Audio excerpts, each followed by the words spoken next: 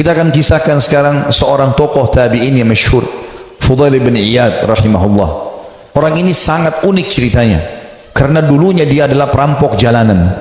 Saking mahirnya dia mencuri dan merampok sampai dia tidak butuh tim, sendirian. Dikatakan dalam kisah ini, Fudail bin Iyad sendirian, tidak butuh orang-orang lain untuk membantunya. Dan setiap kali ada kafilah mau lewat di tempat Fudail, pasti mereka ketakutan, lebih takut daripada melewati tempat yang lain, karena Fudail bunuh, ambil hartanya, dan dia satu orang bisa mengalahkan sekian banyak orang dalam duel dan berperang. Sampai satu waktu ada satu kafilah, satu malam Fudail bin Iyad lagi nunggu-nunggu, ada mangsa yang lewat, dia ingin mengambil dan merampok dari mereka. Ada kafilah yang lewat, berbicara satu sama yang lain, dan Fudail mendengarkan, jangan kita lewat jalan sini karena ada Fudail bin Iyad, nanti dia akan mengganggu kita dan tidak bisa kita selamat dari dia. Bagaimana dengan keadaan keluarga dan harta kita? Dengan kalimat ini yang didengar oleh Fudail, Fudail mengatakan, begitu takutnya manusia padaku. Maka dia pun mengatakan, mulai hari ini ya Allah, aku berjanji aku tidak akan pernah mengganggu orang lain lagi. Dalam riwayat yang lain, Fudail lalu keluar, lalu menemui mereka, lalu mengatakan, akulah Fudail bin Iyad yang kalian sebutkan tadi, dan karena perkataan kalian tadi, aku merasa aku telah menakut-nakuti manusia, maka dengan itu aku akan berhenti dan tobat dan kalian akan jadi saksi. Lalu Fudail menghormati mereka menjadi tamu pada malam itu. Mulailah Fudail menyembelihkan buat mereka hewan, dia biarkan mereka membuat kemah di sekitarnya. Setelah dia membakar makanan, dia menyiapkan makanan buat mereka. Rupanya ada satu orang dari kafilah itu, orang saleh, membaca firman Allah subhanahu wa ta'ala yang berbunyi, yang disebutkan dalam surah Al-Hadid ayat 16, yang Allah subhanahu wa ta'ala berfirman, a'udzubillahi minasyaitonirrajim, alam ya'ni lilladzina amanu an takhsha qulubuhum lidzikrillah wa ma nazala minal haqq. Belumkah tiba saatnya bagi orang-orang beriman untuk tunduk hati mereka kepada zikrullah dan apa yang turun dari kebenaran dalam Al-Quran. Fudail bin Iyad orang Arab, dia faham betul makna ayat ini. Artinya, sampai kapan kamu mau lalai, kata Allah SWT. Belum tibakah saatnya bagi orang beriman untuk tunduk hatinya dan berzikir kepada Allah dan apa yang diturunkan dari kebenaran dalam Al-Quran? Maka Fudail pun menangis mendengar ayat tersebut. Lalu dia ulang-ulangi ayat itu sampai akhirnya dia menunjukkan taubatnya. Subhanallah, setelah dia taubat, mulai hari itu dia pergi ke Mekah, tiap hari Mekah dan Madinah. Artinya setiap saat dia di Mekah sebentar, nanti di Madinah lagi sebentar. Tidak pernah meninggalkan dua kota yang suci ini. Dan kata para ulama, orang-orang yang pada saat itu sudah menjadi ulama, kemudian menjadi sahabat dekatnya Fudail, di antaranya Abdullah bin Mubarak, Sufyan ats-Tsauri. Ini semua orang-orang yang luar biasa ibadahnya, terkenal sekali kesolehannya. Itu mereka mengatakan, kami tidak pernah menemukan orang setakut kepada Allah seperti Fudail bin Iyad. Dia luar biasa, kalau datang dekat Ka'bah nangis kepada Allah subhanahu wa ta'ala, kalau nangis sampai pingsan karena ketakutannya kepada Allah subhanahu wa ta'ala, dan dia betul-betul tulus. Sampai akhirnya Allah letakkan kalimat hikmah dari lisan dia. Banyak kalimat-kalimat mutiara yang disebutkan oleh Fudail bin Iyad rahimahullah, dan itu dinukil oleh para ulama. Seperti misalnya dia mengatakan sambil dia berdoa kepada Allah, ya Allah, seandainya engkau membuka aib-aib kami, maka pasti akan kelihatan dan kami tidak akan mungkin bisa menutupinya, dan kami pasti akan dipermalukan. Dan kalau seandainya engkau memperlihatkan amal-amal kami, akhirnya orang jadi puji-puji kami, maka kami akan binasa dan kami akan kena hukumanmu. Kemudian dia juga menyebutkan dalam statementnya yang masyhur setelah dia taubat, kamu berhias untuk manusia, hai Fudail, berdandan untuk mereka, dan terus saja riak, pamer ibadah-ibadah sehingga mereka menilaimu saleh, mereka menunaikan kebutuhanmu, kemudian melapangkan tempat duduk untukmu dan bermuamalah denganmu karena mereka salah duga. Kamu buruk bila demikian adanya. Artinya orang-orang akan menilai kau seakan-akan kau itu orang soleh, padahal sebenarnya tidak. Dia terus menasihati dirinya agar jangan sampai dia lalai. Ibnu Mubarak berkata, Abdullah bin Mubarak setelah melihat ibadahnya Fudail bin Iyad yang tadinya penjahat besar, perampok jalanan, suka membunuh dan merampas harta orang, sesungguhnya Fudail merupakan bukti kebenaran kekuasaan Allah Azza wa Jalla. Allah memunculkan hikmah melalui lisannya. Dia termasuk manusia yang dikaruniai manfaat dari amal-amalnya. Artinya ini bukti nyata, tanda-tanda kebesaran Allah. Tadinya penjahat besar, pembunuh, lalu dia taubat nasuha, dia tinggalkan semua kesalahannya. Allah tidak mau tahu masa lalu orang, tapi Allah subhanahu wa ta'ala menilai sekarang ke depan. Fudail berkata kepada seseorang yang bertanya, bagaimana caranya supaya bisa menjadi takut kepada Allah sebagaimana anda ini takut? Kata dia, kosongkan hatimu untuk sedih dan takut sampai keduanya dapat bersarang. Apabila keduanya bersarang di hatimu, maka keduanya akan membentengimu dari melakukan maksiat dan menjauhkan dirimu dari api neraka. Artinya dia mengatakan, yang membuat saya seperti ini, saya sengaja menanamkan rasa takut saya kepada Allah, saya mempelajari tentang kemahabesarannya Allah subhanahu wa ta'ala sebagai pencipta, beratnya siksaannya kalau melanggar terus menerus, kemudian saya biarkan tersarang dalam hati saya, maka akhirnya itu membentengi saya dari kemaksiatan.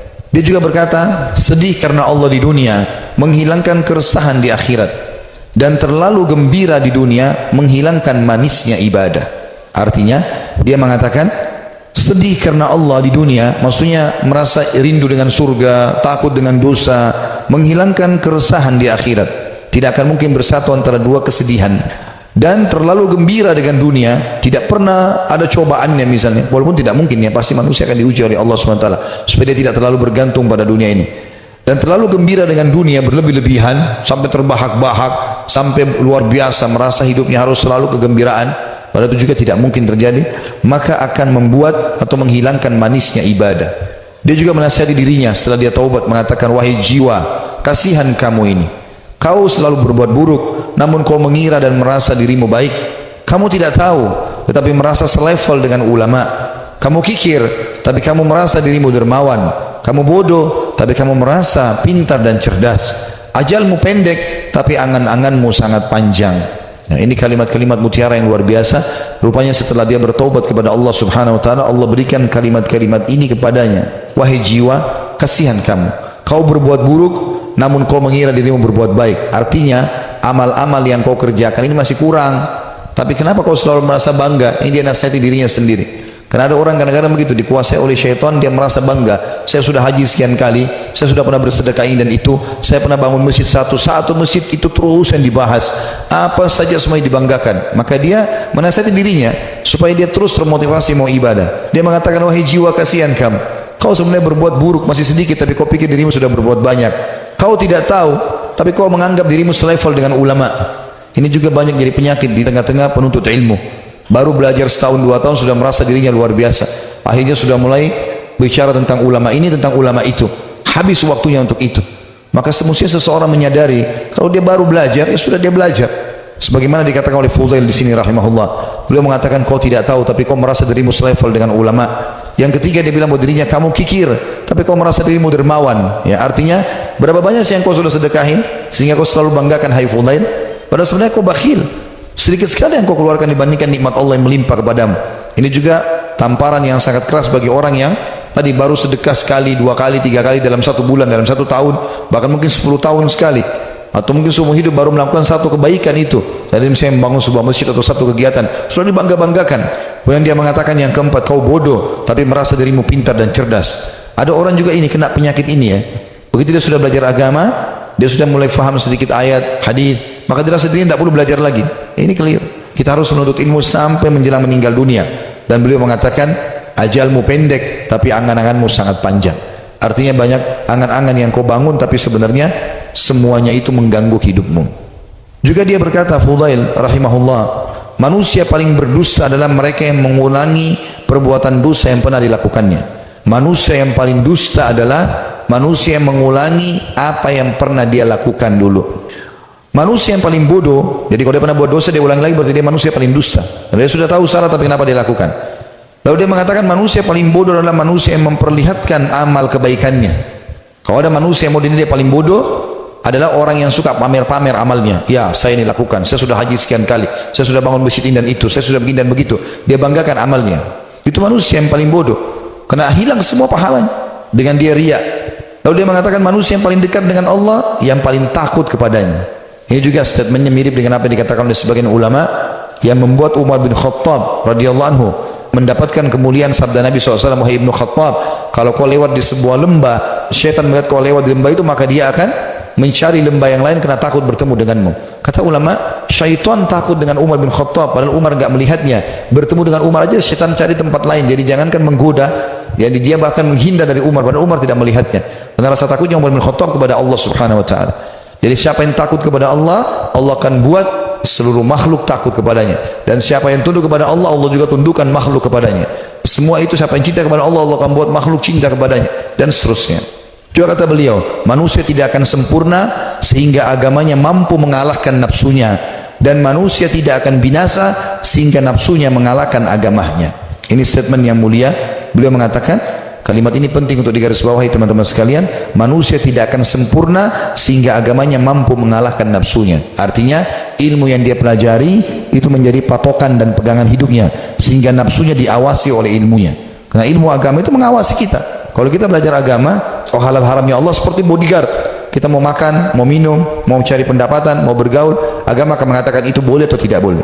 Maka orang yang sempurna adalah orang yang justru ilmu agamanya itu bisa mengontrol hawa nafsunya. Dan sebaliknya, orang yang binasa adalah orang yang nafsunya mengalahkan agamanya. Dan ini semua adalah hal mendasar yang perlu digarisbawahi dari nasihat yang mulia. Ini sebagian kecil ya, banyak sekali statementnya, hampir semua buku tentang pensucian jiwa, tentang zuhud, menginginkan akhirat daripada dunia, masalah keimanan, masalah penyesalan, itu selalu ada statementnya Fudail bin Iyad. Padahal tadinya dia ini seorang penjahat besar, tapi bagaimana Allah subhanahu wa ta'ala memberikan kepada dia karunia dengan taubatnya yang luar biasa, nasuha. Allah memberikan kata-kata mutiara dari lisannya. Az-Zahabi berkata, ditanya kepada Fudail, apa itu zuhud, mendahulukan akhirat dari dunia? Dia mengatakan banyak qanaah. Qanaah artinya merasa puas ya dengan apa yang telah Allah berikan. Itu namanya zuhud, kata beliau. Jadi kalau kau mau dikatakan zuhud, kau dan sekian banyak statement Fudail bin Iyad rahimahullah yang kita bisa ambil pelajaran darinya. Artinya tidak ada kata terlambat dalam bertaubat, dan kalau orang taubatnya nasuha, Allah subhanahu wa ta'ala akan karuniakan untuk dia kelebihan-kelebihan yang banyak.